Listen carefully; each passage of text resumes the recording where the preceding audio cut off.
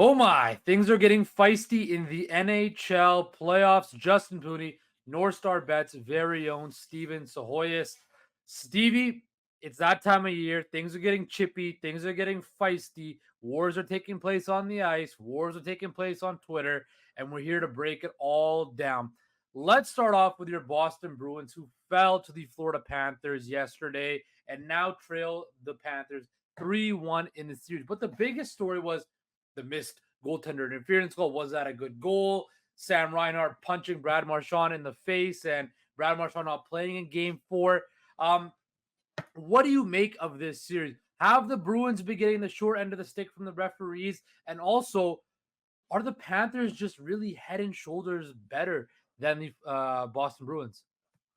It's make your own breaks in the playoffs, and Mhm, Boston hasn't. They flat out they have not made their own breaks. I mean, 2 blowout losses. Last night's game, I thought they came out really strong, mhm, and they just don't have the gas left in the tank. Like, they fizzled out hard after that first period, and Florida came back. It's just a matter of that series against the Leafs took a lot out of them. This is an older team. They don't bounce back as well. Florida had a little bit more rest. Once they mhm. got their legs underneath them in this series, they've really taken over. I mean, even last night, just look at the shots. Like, it's not even close. I will say, though, not a big fan of what Bennett did. That forearm shimmer, that whatever you want to call it, the sucker Mhm. punch, the hit to Brad Marchand's head, not very good. But no one really took retribution. Frederick went after him early in that game, and Bennett clearly didn't want to. But this is a case where Bennett himself is a guy returning from injury. Those types of players already have a target on their back, especially when it's an injury that's been disclosed. With Bennett, it was his hand. He's been dealing with a hand injury. I'm really surprised Boston, not to say to go after his hand, but I'm really surprised Boston hasn't really gone to a greater length to get retribution. I mean, he took out their captain. This is not just anybody. He took out Brad Marchand. So to me, for Boston to not either drop the mitts with him or confront him, I just didn't see enough of a response for Boston to galvanize around their leader in that game 3. And now Florida, or excuse me, game 4, and now Florida, they're sitting comfortable. They've kind of thrown Boston off their game, and they're out big bad Bruining the Boston Bruins through 4 Yeah, games. absolutely. Look, they out hit Boston, which is hard to do as a road team, right? Because we know the hit stat is generally always skewed towards the home team. And look, they gave up 6 power plays. Florida only scored on one of those. That's fine. But 13 giveaways is not going to be good. Bobrovsky's been just fine. I don't think he's been overly tested. He hasn't had to make any miraculous saves in the last couple games. But I just think this Florida team is just deeper. It's the defense is better. They're obviously a tougher team right now, and I think they're just built to play more of a playoff style series. And maybe it was because Boston couldn't close out Toronto in 5 like they should have and gotten some much needed rest, and that the extra 2 games really took a lot out of them. But when you look at this situation, yes, should Sam Bennett have gotten some discipline for that shot on Brad Marchand? I do think so. Was that a goaltender interference call? I think by the letter of the law, yes, but we've seen, especially in the second round of the playoffs, that officiating has been kind of a you know what show. And I think, like you mentioned right off the top, you make your own breaks. And I think right now, the Florida Panthers, 41 shots, just been dominating the Boston Bruins. They're making their own luck, and that's been the biggest difference in the series so far.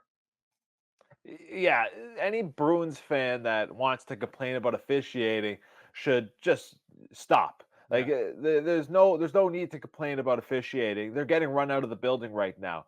Yeah, if they got a couple more breaks, maybe they would have lucked their way to a 2-2 series tie, but Mhm. it wouldn't be deserved. It wouldn't be deserved the way they've played.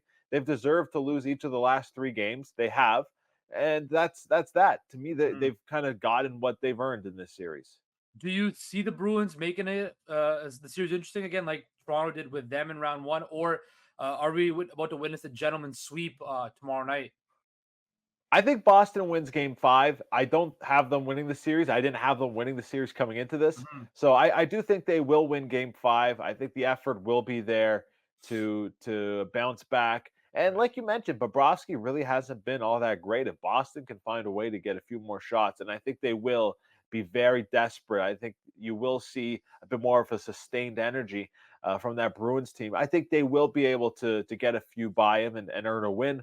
But long term, I don't like their chances. This was never going to be a Bruins team that I thought was destined for a big run. I made it clear as a fan that the Maple Leaf series was my Stanley Cup, and we won my Stanley Cup, and now whatever else happened was gravy. I didn't expect much against Florida, and my guess here is now Florida in 6. I just don't like Boston's chances of climbing out of this 3-1 hole one bit. Well, the Edmonton Oilers are in a hole themselves as they went down 2-1 in their series to the Vancouver Canucks. Arthur Shilovs once again stealing the show with 41 saves. Leon Draisaitl did not give him the credit he really deserved post-game, saying that the post is not good goaltending.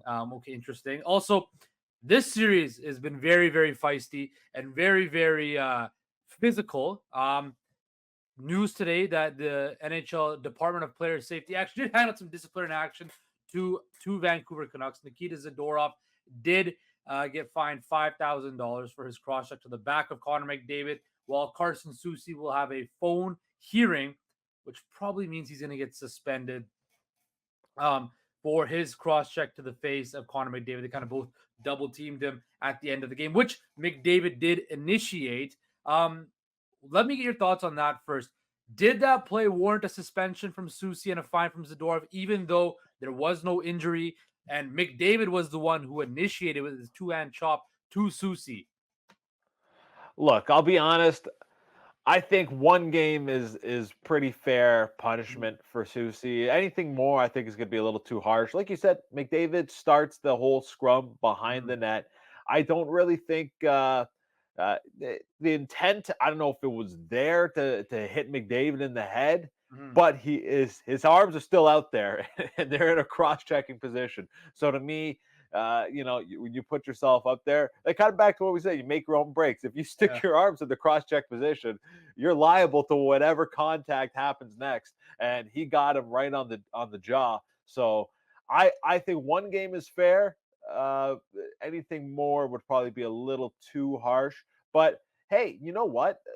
In the same token, Vancouver not being afraid to get their hands dirty and play McDavid hard, which some teams you see shy away from contacting the star Mhm. forwards. Vancouver's played them very tough. So I kudos to your Canucks in that series. Not necessarily the cross check to the face, but just the way they've played within the 60 minutes of each game. I've been impressed. Well, here's the thing, Steve. First of all the Edmonton fans out there complaining that Sushi should get the book thrown at him. That I even heard comparisons to the Morgan Riley Ridley Gregg incident where Morgan Riley had a premeditated thing that I'm upset that I lost. I'm upset this guy slapped shot of the puck into an empty net. I'm gonna cross check him and I have intent to hurt him. If you look at that play, Connor McDavid does his best lumberjack impersonation, tries to take out Carson Soucy's leg. Nikita Zadorov comes in from behind, gives him a cross check, and Soucy at the same time is probably going to try to cross check McDavid in the chest. As McDavid falls, at the heat of the moment, you can't just pull back like that. He hits McDavid in the face. Did McDavid say anything about it after the game? I sure as hell didn't see any comments about him at all. I get it. He wasn't hurt, anything like that. This is playoff hockey. These scrums happen. I don't understand it whatsoever. I don't understand how the Canucks are going to get punished and lose one of their top 6 defensemen for a scrum that they didn't even start. It makes no sense to me. I don't get it. Vander Kane's been slew footing everybody like no tomorrow this whole playoff series. So where's the disparity here? I don't get it. And then you have other fans again complaining about Rick Tocchet, calling the refs out and getting all the calls. Look at it yourself. I think the media and everybody overplaying that video last night, seeing Connor McDavid get hit in the face because he's the best player in the NHL, they're gonna get suspended. The Canucks gonna lose a player because of that, but I don't think it's justified at all. Well, you know what? The talk and complaining about the refs. I mean, that's kind of what you want to do if you Yeah, are the head coach of any team mind going game. up against Edmonton. It is mind games. I remember Craig Berube did the same thing with the Bruins. Like they were. I'm not saying Vancouver's been the dirtier team in this series, but when the Bruins played the Blues in the Stanley Cup final that year, the Blues were definitely the dirtier of the two teams. But It, Berube, to his defense, to what he wanted to do was say, "Hey, you know what? There's two teams playing out there. Let's call it even." And sure it, enough, which team does that usually favor? Usually favors the more aggressive team. So it's yeah. kudos to Talkett, I think, for doing that. And hey, if you're Edmonton, get in their ear. Get if you want more calls, get vocal. Like you can play the same games. So to me, I don't I'm not going to knock the strategies of Rick Tocchet here. I Mm, do think it is a 1 game suspension at minimum, or sorry, at maximum. I wouldn't go any further than that. mhm. Like I said, you extend your arms, cross check. What you're kind of responsible for what you hit in that situation, because you are doing a move that is technically illegal. Mhm. So he kind of deserves, I think, a game, and I think they will give him a game at least. McDavid's a guy that the league has incentive to protect. You want him on the ice, so I do think a game is justified there for Susie. But anything more, I think there's reason to be upset if you're a Canucks fan. Absolutely. Now, look, here's one thing the Canucks fans should be happy about is they're up 2-1 in the series. They kind of did the old rope a dope in the third period where they had no offense. Arthur Shilovs was outstanding. But the real issue, and I think the difference in this series has been the Oilers' lack of ability to score 5-on-5. That power play is going to score at will. We know that. But once again, Stuart Skinner gets pulled in the second round, just like last year, right on cue. Calvin Pickard comes in the third period, doesn't really get tested at all.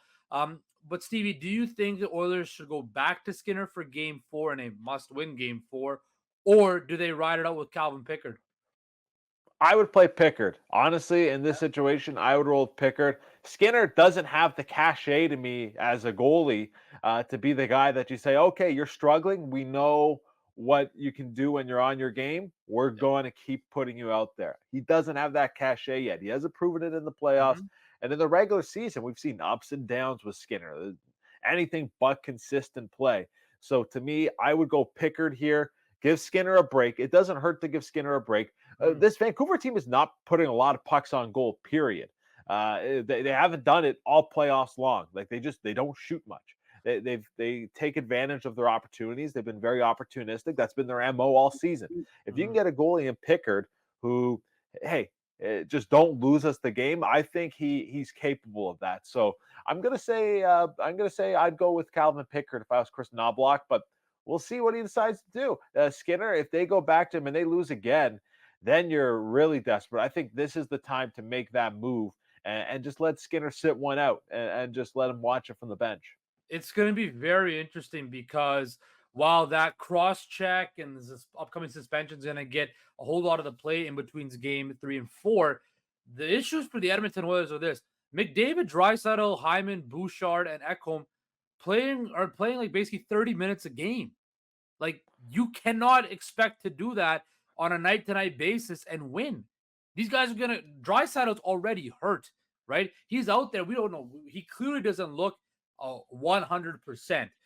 These guys are gonna get bagged and bagged and bagged because this series is at least gonna go to 6 games. So they're gonna get more and more mileage on them, more and more minutes eaten up. They're gonna get tired. If the Edmonton Oilers want to win this series, they're gonna need some scoring from the Nugent Hopkins, the Canes, they haven't been The without Adam Henrique, Fogels. the Fogels, the McLeods, the Derek Ryans.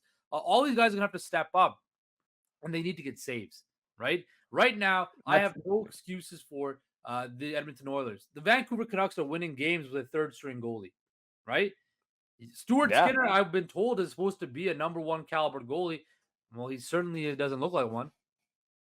No, and this isn't to say that Shelovs has been phenomenal. It's just really it's been Skinner sinking Edmonton in this series. Mm, If they get, like I said, they don't need game winning goaltending. They're not trying to win games 1-0 or 2-1. They're trying to win 3-3-2, 4-3, higher scoring games. mm, And they don't need Calvin Pickard, if he's the guy that they go to come in and be Igor Shesterkin. They just need mm, him to give up two or three right. on a most nights. That's good enough for the Oilers. So we'll see what happens. I would make the move. Skinner has cost them, I'd say, 2 games in this series by not being good, and he was just okay in their win. So to me, the move here is okay. I'm going to go to a guy who I think can give me league average play because I'm not getting that from this guy. And now the playoffs, it's hard. There's no such thing as a large sample size in the playoffs, but we're 3 games into a series. We're pretty much at the halfway point, and he's just not cutting it. So I think that's more than enough reason to make a move here for the Oilers. I agree with you 100%. And the last thing I want to touch on this series is I want to give credit to Brock Besser and Elias Lindholm. Lindholm, especially, we know Besser had the 40-goal season, scored the 2 goals early. But Lindholm, this was a guy after he got acquired by the Canucks. He didn't really do much, and everybody thought, there was a chance he was going to get flipped to Boston at the deadline after the Canucks had just acquired him. He gets hurt, but he's been one of their best forwards all playoff long. How important has he been, especially since Elias Pettersson hasn't done much at all? He's been huge. He's been a big time player all postseason long, and he was a guy I said too. Even when the narrative shifted, I mean, there was that hot start when he joined the Canucks, and then it Yeah. really tapered off. I compared it at the time to what people were saying about Max Domi and Tyler Bertuzzi on the Toronto Maple Leafs. They were upset with the regular season production. I said, Mhm. don't worry about the regular season production. Right. This trade is going to be judged on how he performs in the playoffs. And he's Mhm. been outstanding, Elias Lindholm. Some trades are not made with the regular season in mind. GMs are trying to win Stanley Cups, especially a team like Vancouver, who was sitting pretty in the Pacific Division, really unchallenged from start to finish. They're Yeah. very rarely were there times where teams got overly close. Lindholm was a guy that it took a while to find his footing, but you're telling me that there's no use for a two-way center in the playoffs, a guy who can shut down opposing teams' top lines and also step up and play valuable minutes on the power play?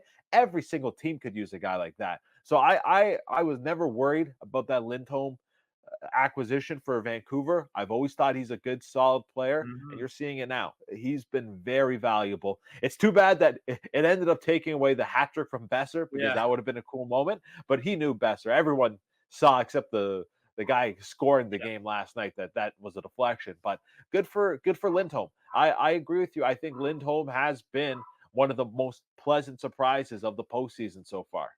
Absolutely. Look, another pleasant surprise has been Nikita Zadorov. Once again, laying the body, throwing Evander Kane in the bench, getting into with Edmonton fans who might be rivaling Toronto Maple Leaf fans for the worst fan base in the NHL. In my opinion, that's just me saying that.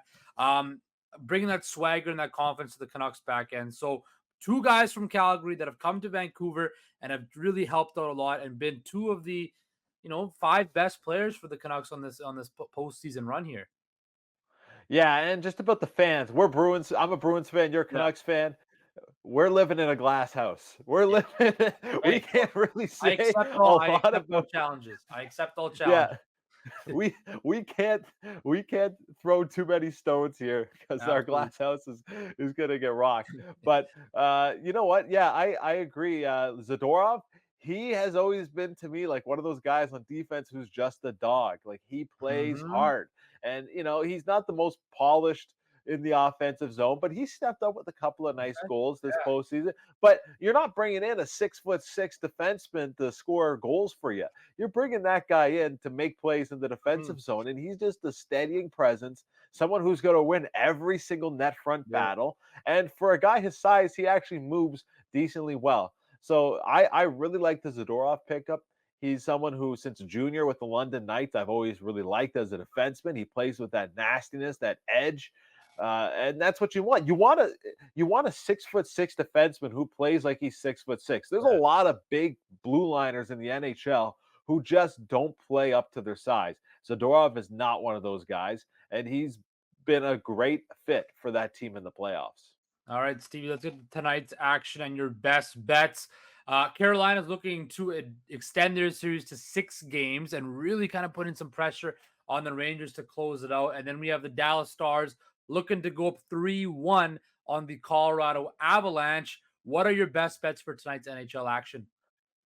Yeah, I know what Carolina's trying to do. Like you said, extend the series. They're not going to do it. And again, the Rangers, a slight underdog, -107 at home, undefeated at home during the playoffs. I'll take the Rangers Okay. all day long on the money line at that price. And then you look at the other game. I can't pick Colorado in good faith because they could dominate. Like, it's so hard to pick a team that could Right. dominate the game from start to finish and still lose. And that's what the Avalanche are. I mean, look at that last game. They dominate that first period. They go Mhm. into the dressing room down 1-0. Like, it's just a team I can't pick right now. Forgiev, he's going to rear his ugly head again tonight, and it's going to be another Dallas Stars win. And they'll come Okay. back home up 3-1 Dallas, and they're a plus 123 over on NorthStar Bets. And I like the Stars to put the pressure on the Avs with a win tonight. All right. Well, I got a little parlay that I cooked up, and it's the exact opposite of what you have. I am going to Oh, take the Carolina Hurricanes to win this game. I think this series has been the tightest series, a one-goal game every single game, and it over a couple overtime games. Carolina could easily be up in this series, so I think the Canes force a game six, and then I'm going to go with the Avs, but I'm going to go with the Avs puck line at -1.5.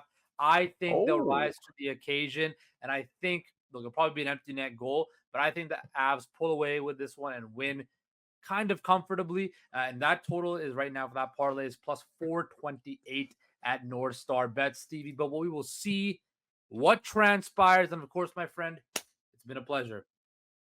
likewise. Yeah, looking forward to our next chat. Let's see what happens. A couple of big days coming up in the Stanley Cup playoffs. Absolutely.